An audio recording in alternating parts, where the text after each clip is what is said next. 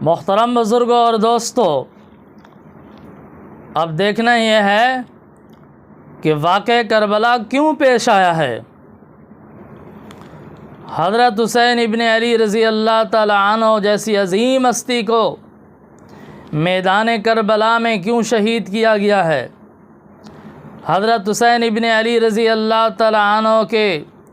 اہل بیت کو، آپ رضی اللہ تعالی عنہ کے خاندان کو، خاندان نبوت کو، خانواد نبوت کو کربلا کے میدان میں کیوں شہید کیا گیا ہے، اتنا عظیم واقعہ کیوں پیش آیا ہے، اور یاد رکھیں یہ واقعہ کب پیش آ رہا ہے۔ یہ واقعہ خیر القرون میں پیش آ رہا ہے، یہ واقعہ بہترین زمانے میں پیش آ رہا ہے۔ ابھی تو 61 ہجری ہے، محرم الحرام کا مہینہ ہے، 10 محرم الحرام سن 61 ہجری کو یہ واقعہ پیش آ رہا ہے، اور اس وقت جو حکومت ہے، جو ریاست ہے، وہ بھی اسلامی ریاست ہے، اسلامی حکومت ہے، اسلامی خلافت ہے۔ اس کے باوجود اتنا عظیم واقعہ پیش آ رہا ہے، اتنا عظیم سانحہ پیش آ رہا ہے، اتنا عظیم حادثہ پیش آ رہا ہے کہ نواسہ رسول، جگر گوشہ بطول سیدنا حضرت حسین ابن علی رضی اللہ تعالیٰ عنہ کو اپنے 72 ساتھیوں سمیت کربلا کے میدان میں شہید کیا گیا۔ آخر کیوں شہید کیا گیا؟ بات کیا تھی؟ وجہ کیا تھی؟ جھگڑا کیا تھا؟ نعوذ باللہ، کیا کرسی کا جھگڑا تھا؟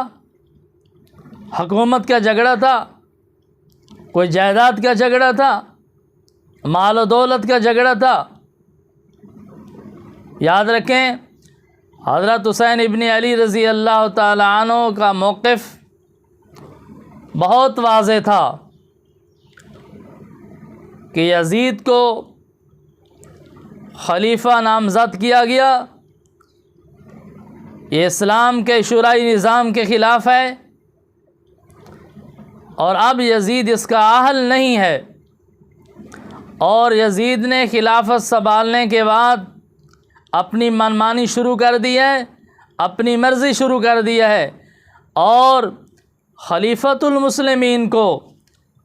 اسلامی ریاست میں اپنی منمانی، اپنی مرضی کرنے کی اجازت نہیں ہے، اسے اسلام نافذ کرنے کی اجازت ہے۔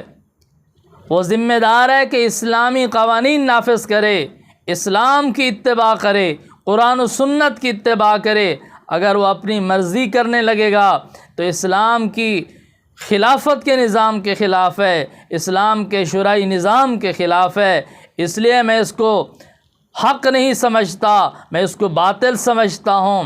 اس کے خلاف حضرت حسین رضی اللہ تعالیٰ عنہ نے اتنی بڑی قربانی دی ہے۔ یہ کرسی کی جنگ نہیں تھی، یہ حکومت لینا نہیں چاہتے تھے حضرت حسین رضی اللہ تعالیٰ عنہ کا، تو مطالبہ ہی نہیں تھا کہ مجھے حکمران بنا دو، مجھے کرسی دے دو۔ یہ کہیں بھی ثابت نہیں ہے کہ حضرت حسین ابن علی رضی اللہ تعالیٰ مطالبہ کیا ہو کہ مجھے خلیفہ بنایا جائے، میں خلیفہ بننا چاہتا ہوں، میں حکمران بننا چاہتا ہوں۔ یہ تو مطالبہ نہیں ہے حضرت حسین ابن علی رضی اللہ تعالیٰ عنہ کا۔ دوسری بات یہ ہے، اگر یہ صرف کرسی کی بات تھی، خلافت لینے کی بات تھی، اگر یہ حکومت لینے کی بات تھی،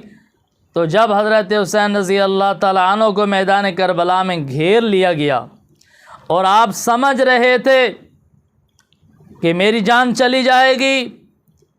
میرے ساتھیوں کی جان چلی جائے گی، میرے بھائی شہید ہو جائیں گے، میرے لخت جگر شہید ہو جائیں گے، خانوادہ رسول اللہ صلی اللہ علیہ وسلم شہید ہو جائے گا، اہل بیت کی مستورات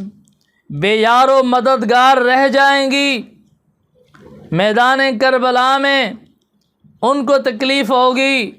یہ سارا منظر حضرت حسین رضی اللہ تعالیٰ عنہ کے سامنے تھا، یہ بات سمجھ رہے تھے۔ اگر کرسی کی بات تھی تو حضرت حسین رضی اللہ تعالیٰ عنہ کوئی اور صورت اختیار کر سکتے تھے، لیکن کوئی اور صورت اختیار نہیں کی۔ حضرت حسین رضی اللہ تعالیٰ عنہ اس ذمہ داری کو سمجھ رہے تھے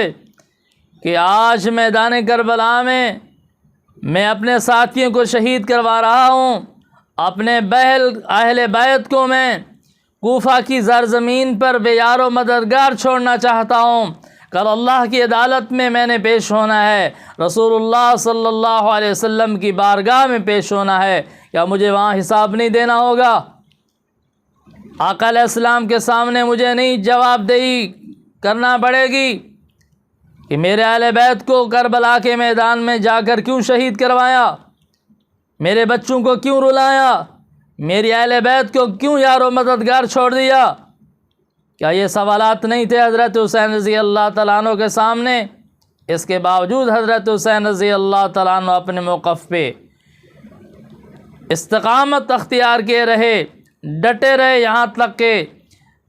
اپنی جان بھی قربان کر دی اور اپنے رفقاء اور ساتھیوں کی اور اپنے اہل بیت کی جان بھی قربان کر دی۔ کیوں کہ اس موقف کو حضرت حسین رضی اللہ تعالیٰ عنہ حق سمجھتے تھے، اور حق کو واضح کرنے کے لیے حضرت حسین رضی اللہ تعالیٰ عنہ نے یہ قربانی پیش کی ہے۔ دوسری بات یہ ہے کہ جب اتنی مشکل آ گئی تھی، جان کا خطرہ تھا، اہل بیت کی جان کا خطرہ تھا، مستورات کی بے حرمتی کا خطرہ تھا، تو حضرت حسین رضی اللہ تعالیٰ عنہ تکیہ کر لیتے، وقتی طور پہ بات مان لیتے، عارضی طور پہ بیعت کر لیتے، تکیہ کر لیتے، دل میں مخالف ہوتے، دل میں نفرت رکھتے، دل سے تسلیم نہ کرتے، بظاہر بیعت کر لیتے، لکھ دیتے، سائن کر دیتے، بیعت کر دیتے، فوری طور پہ جان بچ جاتی، اہل بیت کی جان بچ جاتی، چھوٹے چھوٹے بچوں کی جان بچ جاتی، مستورات کی عزت محفوظ ہو جاتی، اور جب واپس تشریف لے آتے پھر بہت بڑی فوج تیار کرتے، بہت بڑا لشکر تیار کرتے اور جہاد کا اعلان کرتے، یزید سے انتقام لیتے، ابن زیاد سے انتقام لیتے، کوفیوں سے انتقام لیتے۔ ایسا بھی تو حضرت حسین رضی اللہ تعالیٰ عنہ کر سکتے تھے، لیکن کیوں نہیں کیا؟ ایسا اس لیے نہیں کیا حضرت حسین رضی اللہ تعالیٰ عنہ نے کہ حضرت حسین رضی اللہ تعالیٰ عنہ تقیہ کو ناجائز سمجھتے ہیں، جس بات کو حق سمجھتے ہیں، حق پہ جان کٹانے کے لیے بھی تیار ہیں، حق پہ جان لڑانے کے لیے بھی تیار ہیں، حق پہ اپنے بھائیوں کو شہید کرانے کے لیے تیار ہیں، حق پہ اپنے اہل بیت کو شہید کرانے کے لیے تیار ہیں، حق پہ سب کچھ قربان کرنے کے لیے تیار ہیں، لیکن فرمایا تکیہ کرنے کے لیے حضرت حسین تیار نہیں ہیں۔ یہ حضرت علی المرتضیٰ رضی اللہ تعالیٰ عنہ کے فرزند ارجمند ہیں، حیدر قرار رضی اللہ تعالیٰ عنہ کے صاحبزادے ہیں، اور حضرت علی المرتضیٰ رضی اللہ تعالیٰ عنہ کسی سے نہیں ڈرتے تھے، تو حضرت حسین رضی اللہ تعالیٰ عنہ بھی کسی سے نہیں ڈرتے تھے۔ یہ وہ عظیم ہستیاں ہیں جنہوں نے جس کی بیعت کی ہے حق سمجھ کے بیعت کی ہے، کسی کے ڈر سے بیعت نہیں کی، تقیہ کے طور پہ بیعت نہیں کی، اور منافقت کے طور پہ بیعت نہیں کی۔ جس کی بیعت کی ہے حق سمجھ کر بیعت کی ہے، ڈٹ کر بیعت کی ہے، اور کسی کے دبدبے اور کسی کے ڈر کی وجہ سے بیعت نہیں کی ہے۔ تو حضرت علی رضی اللہ تعالیٰ عنہ نے ابو بکر صدیق رضی اللہ تعالیٰ عنہ کے ہاتھ پر بیعت کی ہے، اس کا مطلب ہے حق سمجھ کے بیعت کی ہے۔ حضرت علی رضی اللہ تعالیٰ عنہ نے حضرت عمر فاروق رضی اللہ تعالیٰ عنہ کے ہاتھ پر بیعت کی ہے، تو اس کا مطلب ہے کہ حق سمجھ کے بیعت کی ہے۔ حضرت عثمان رضی اللہ تعالیٰ عنہ کے ہاتھ پر بیعت کی ہے، تو اس کا مطلب یہ ہے کہ حق سمجھ کر بیعت کی ہے۔ اگر حضرت علی رضی اللہ تعالیٰ عنہ ابو بکر صدیق رضی اللہ تعالیٰ عنہ کی خلافت کو ناحق سمجھتے تو کبھی بیعت نہ فرماتے، عمر فاروق رضی اللہ تعالیٰ عنہ کو ناحق سمجھتے کبھی بیعت نہ کرتے، عثمان غنی رضی اللہ تعالیٰ عنہ کو ناحق سمجھتے کبھی بیعت نہ کرتے، کیونکہ حضرت علی رضی اللہ تعالیٰ عنہ کسی سے ڈرنے والی شخصیت نہیں تھے۔